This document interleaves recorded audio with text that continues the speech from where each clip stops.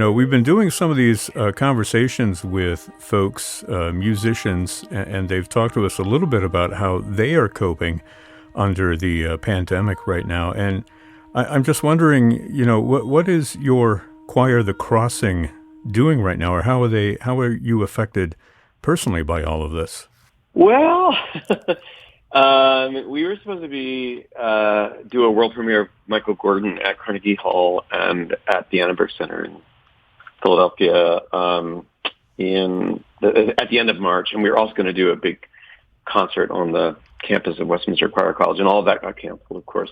And then we have a two-month gap here before we start into our month of moderns. Our busiest time of the year is the summer, and we do a month of moderns, which is 3 big concerts with a lot of premieres, and we plan 4 recordings, and we have a residency in Big Sky, and we don't really know what's going to happen there, but we're pretty sure we know what's going to happen there, which is not really what we want.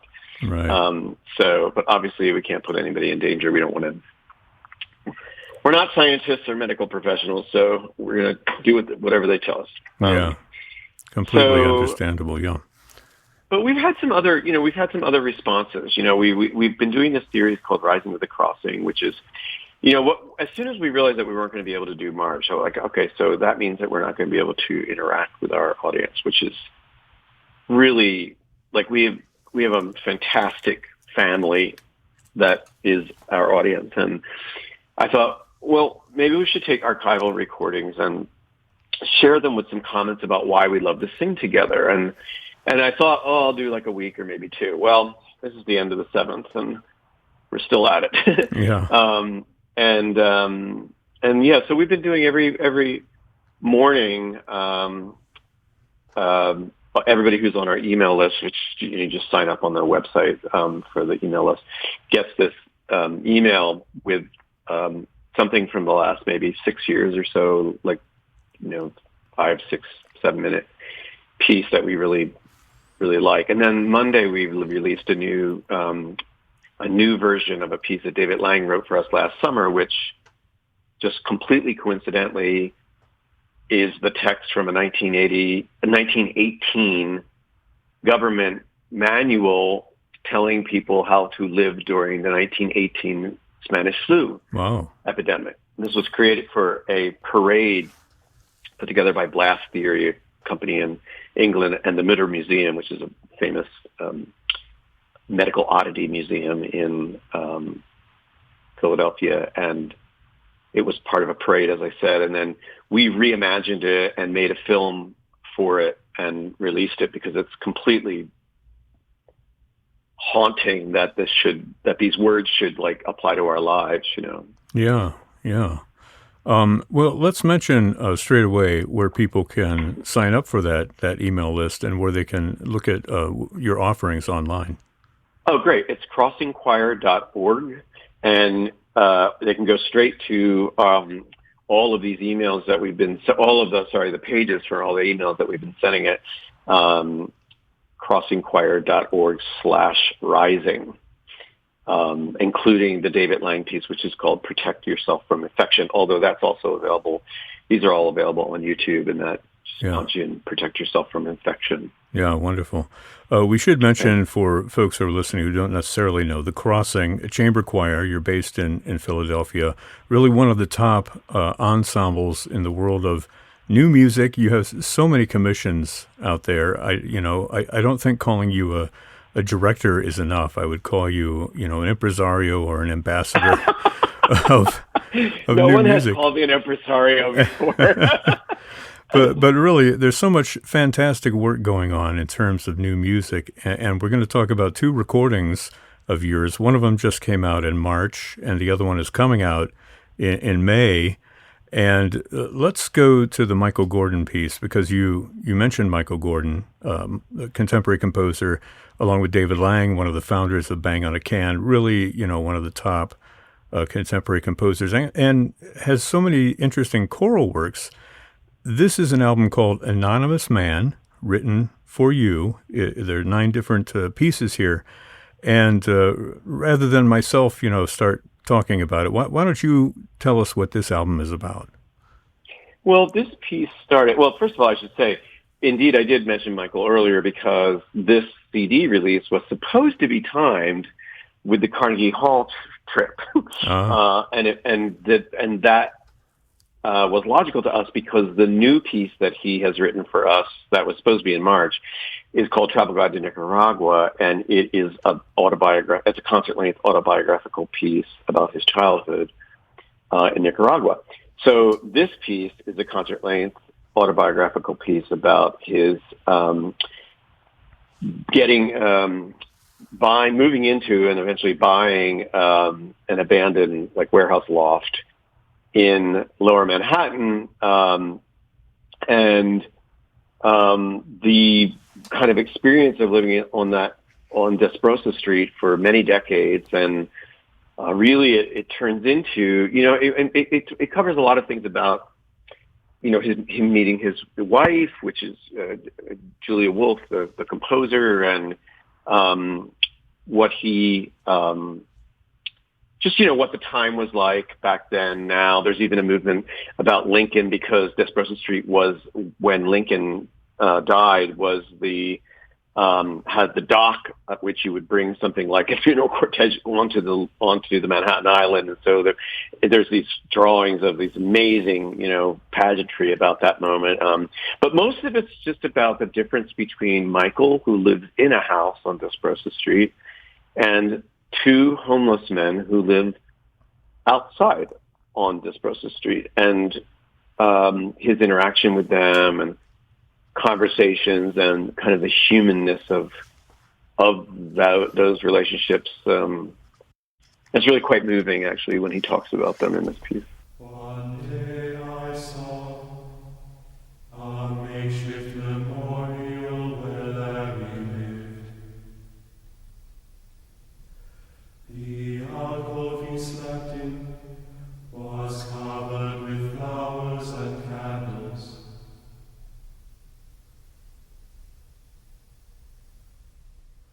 I was surprised. The downtown express ran an article.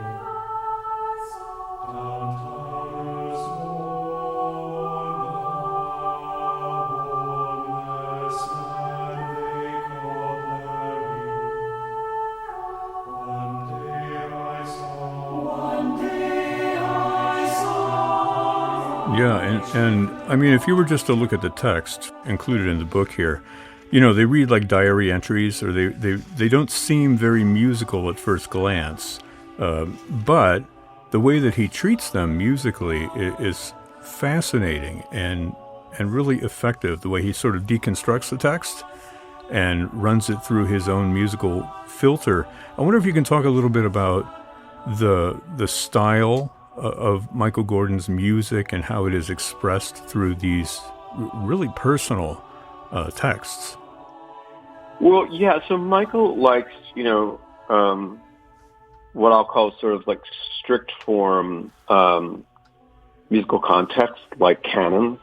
There's a lot of canonic work. In it, he also likes to use canons in very close proximity, so that what would otherwise feel like a quite simple musical presentation of a melody with harmony becomes a kind of like dreamlike structure, because of the overlapped texture of all the words getting kind of blurred by these really close proximity canons.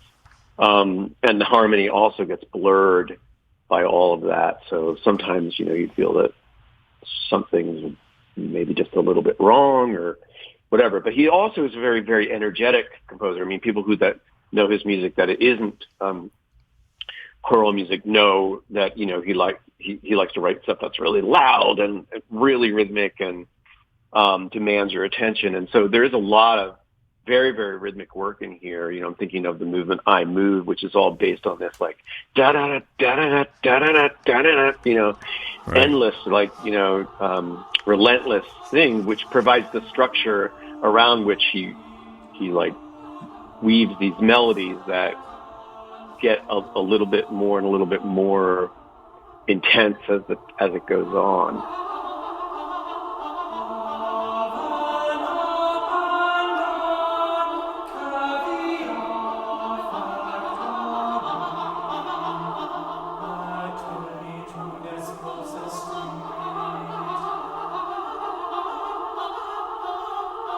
So yeah, it's interesting because it doesn't. It reads like prose and sounds like verse. Yeah, totally. You mentioned that sort of chugging movement going on in the second movement, I Moved, but there's also some kind of reflections of those little interactions that occur later. Like you think of the Abraham Lincoln song, and it's kind of imitating a train a little bit at the beginning. Yeah, yeah, yeah. So these things come back and back again that tie it all together. Because you would think, why would he think of Abraham Lincoln to include in this? But he also talks about what I'm assuming is September 11th with the one entitled On That Terrible, Beautiful Morning. Yeah, that's because Desbrosses Street is right, down in the pocket of Lower Manhattan. They were in the thick of things on September 11th, and that movement is about that. And that's a really interesting movement because it's all glissandos. All of the pitches are approached through these glides, so that it definitely feels like there's something wrong. Yeah.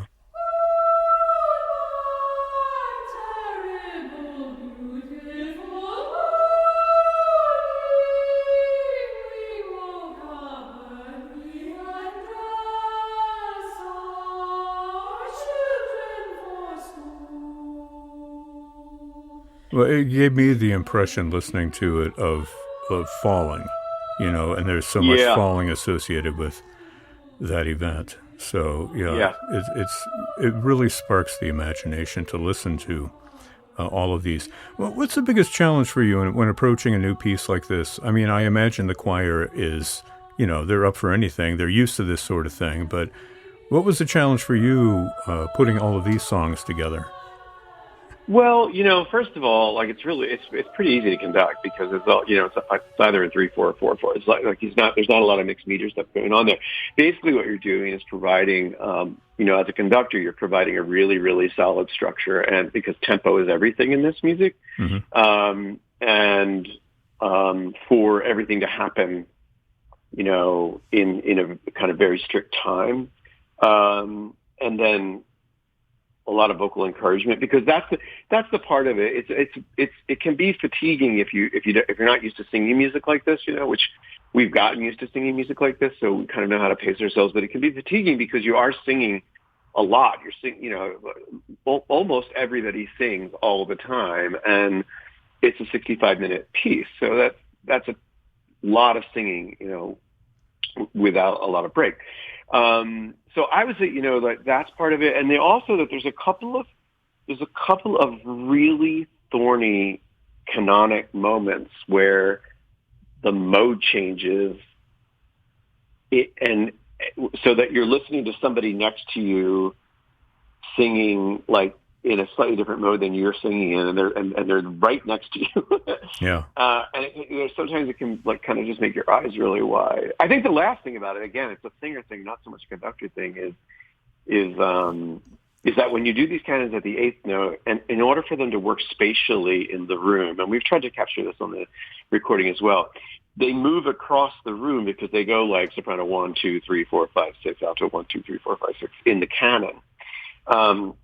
And so you hear it moving around the room, literally, and it's pretty exciting to hear that. Well, in order for that to work, then you have to be sitting in that order. And so the person closest to you is the person who's singing like just a tiny bit ahead or behind you, It'd be so much easier to do it if we got completely mixed up and the person who was like tiny bit ahead or behind you in the canon was way across the room. Yeah. But you don't really get the same effect. So, I mean, those are some of the things, but you're right. The singers are intrepid, and they go like, "Okay, here we go." Just another new piece of music. Since I lived on Desbrosses Street, there have been people living on the street. As long as I remember, very quiet and sweet muttering maybe. Since I've known Desbrosses Street, there have been. Well, it's interesting. It's compelling. I would urge people to, if you're looking for something to listen to during quarantine. This is definitely something that they should take a gander at. Let's talk about this album that's coming out next month in May from Navona Records. It's called Carthage. This is music of James Primosch, who is also there in Pennsylvania and Philadelphia with you. He's on faculty right at University of Pennsylvania. Tell us a little bit about him as a composer. You know, Jim, I didn't really know Jim, and I got to know his work. We travel in Philadelphia circles, so we know of each other. But I got to know his work quite a number of years ago, where I was at Lyric Opera of Chicago, and my closest colleague there was Sir Andrew Davis, and he was conducting a concert at the Chicago Symphony of a new big piece of Jim Primosch, which was the song cycle for baritone and orchestra. So we went to it, and it was fantastic. I mean, it was just really, really impressive piece of music, beautiful piece of music. So I got to start to really seriously look at his choral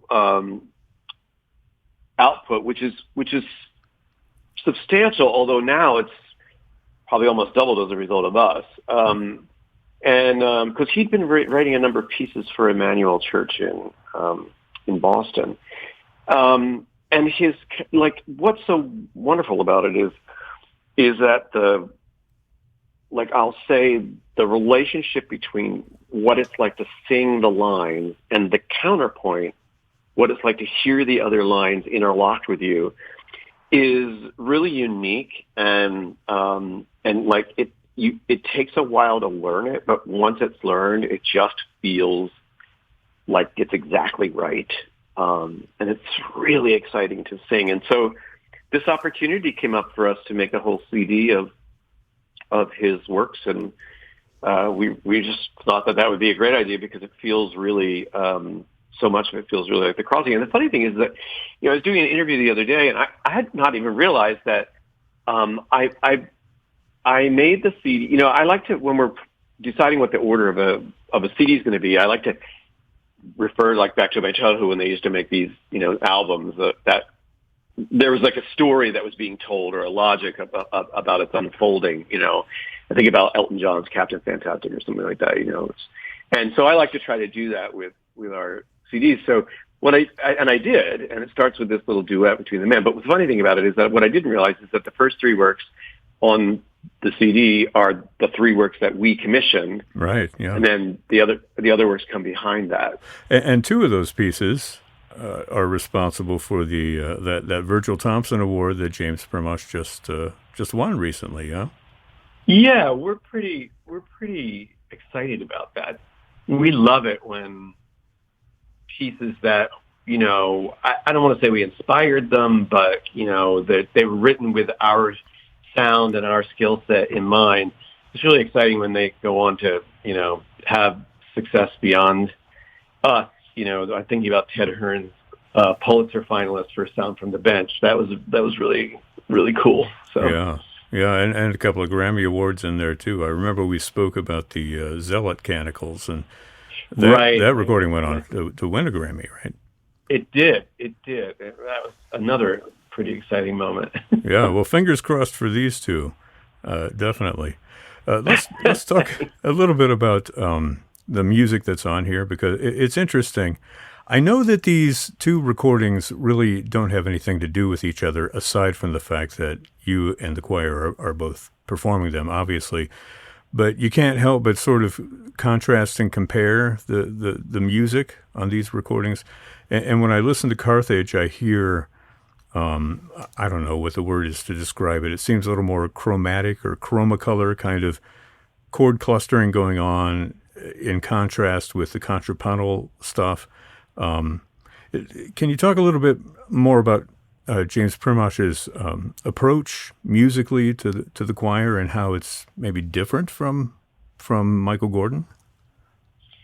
I mean, is that a fair comparison? I think that, I think it really, Michael comes from this, I'll say, sort of minimal or post-minimal background, heavily influenced by Steve Reich and Louis Andriessen, and so like he gets in a pocket and he stays there, and that's where like that's how the energy builds up.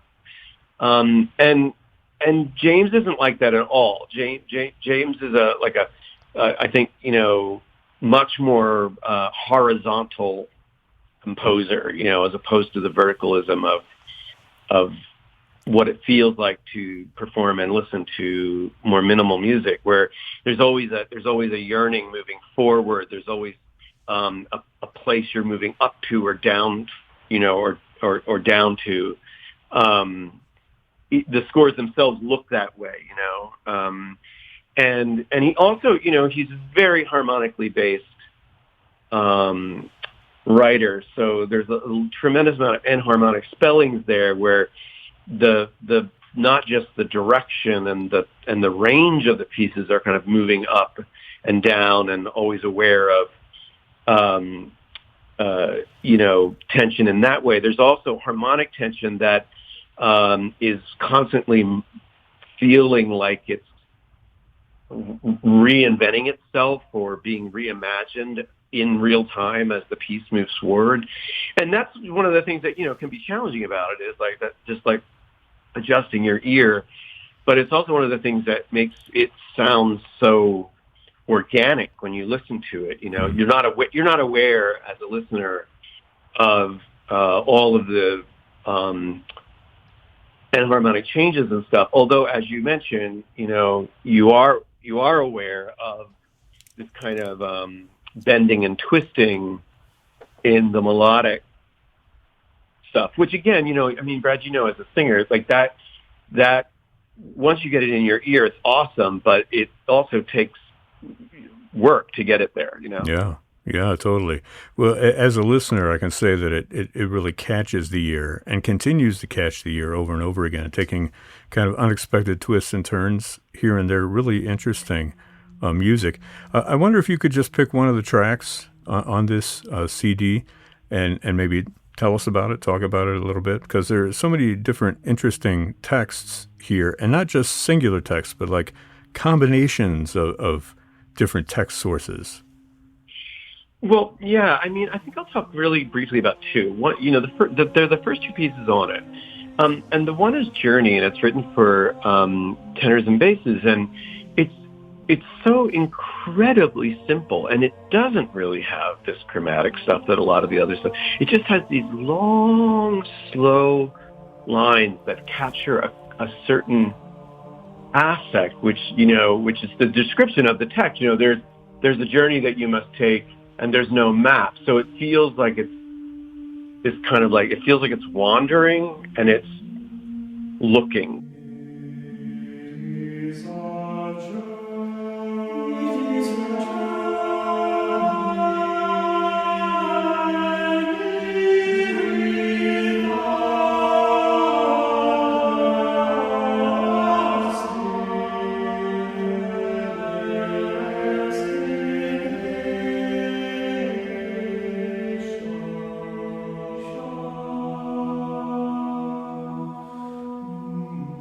And I think it's quite marvelous that he accomplishes such a strong impression with just two parts interacting with each other. And then Carthage, which is, all four parts and often split into more parts. And this is a beautiful Marilyn Robinson text from her book Housekeeping. And it's, the reference to Carthage is about the fact that, Carthage was sacked, and then supposedly the soil was sown with salt, so they couldn't grow anything. And that's the metaphor that's being used here for desire, in fact. And what she says, my favorite line in it is, to wish for a hand on one's hair is all but to feel it, which is basically to say that, when you imagine something and you miss it or desire it, it is as close as you can get to actually owning it. And it's quite an astonishing text, I think. And so he leads us through this. It's also a kind of complex text, and he leads us through it. It's prose, but there again, he makes it feel like it's verse, like it's metered poetry. He organizes his melodic substances that way, and what you get is a pretty dramatic work. Like there's a couple of big climaxes, and then at the end of it, it's just like it has this moment of explosion that then just dies away to this final phrase, brings us wild strawberries. Longing brings us wild strawberries, and everything else in our lives. Yeah. So that kind of text really appeals to me, because there's a lot of not knowing in it. There's a lot of wonder and desire, and I like to sing about stuff like that.